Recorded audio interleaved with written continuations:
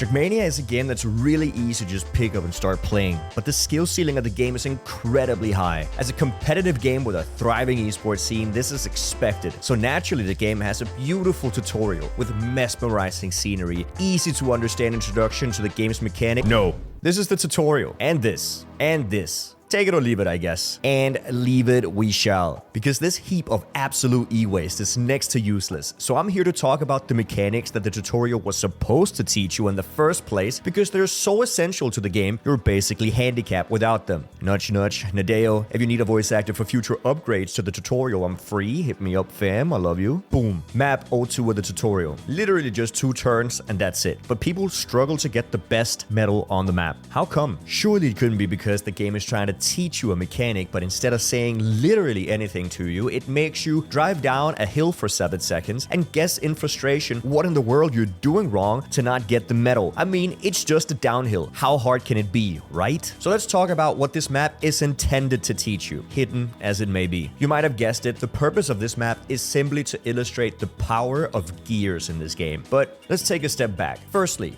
what are gears? Where do we see them? Gears are displayed on the back of your car and in the cockpit. Not super visible, but they're there. If you're on PC, I super highly recommend getting the Openplanet plugin Speedometer or Dashboard. A link to my video about the most important plugins is linked on the screen now. Watch it after if you need to. But don't worry if you're on console. Everything is doable without the plugins. It's just a nice visual help. There are 2 ways of telling when a gear is about to happen. The first is by the speed of your car. The gears will happen at these speeds generally. There are some nuances due to mechanics like speed drifting, but these speeds are your general rule of thumb. The other way, and what I recommend, is to use sound cues. This is what I do. Even though I have the gears visible on my screen with plugins, I never look. I only use sound and feel. I recommend just keeping an ear out for the sound as you play normally. Really pay attention to the gear changes.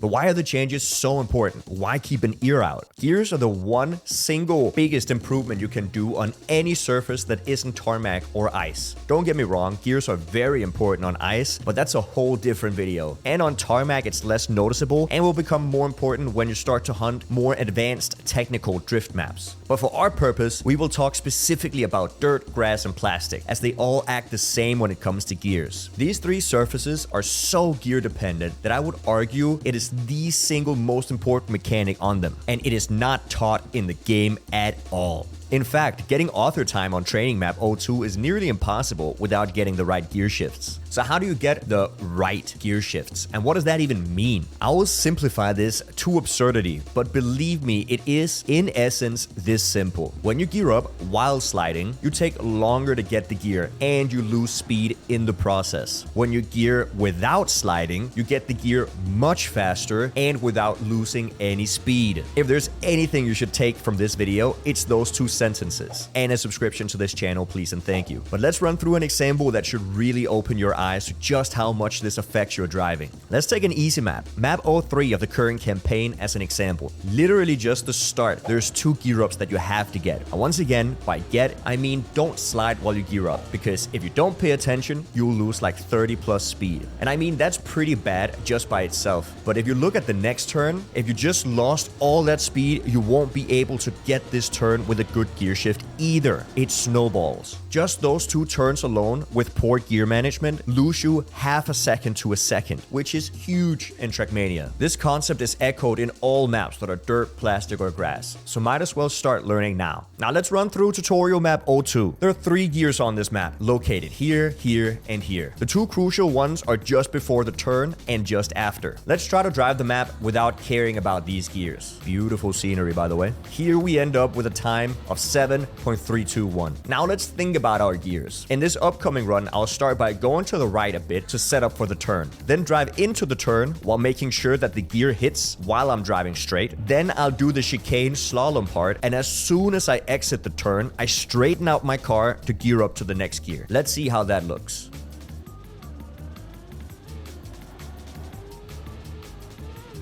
That was a 7.076 run. Now, it is hard to tell the difference when the runs are isolated, so let's play them at the same time so you can truly appreciate the impact that gears have, even on a small 7-second map like this. There's not a single map that goes by where I do not think about this. This was just one mistake on a gear. A 45-second map can have a lot of gears eaten or done wrong, so just imagine the time loss. But remember, subscribing gives you +5 speed in game, and also thanks for watching.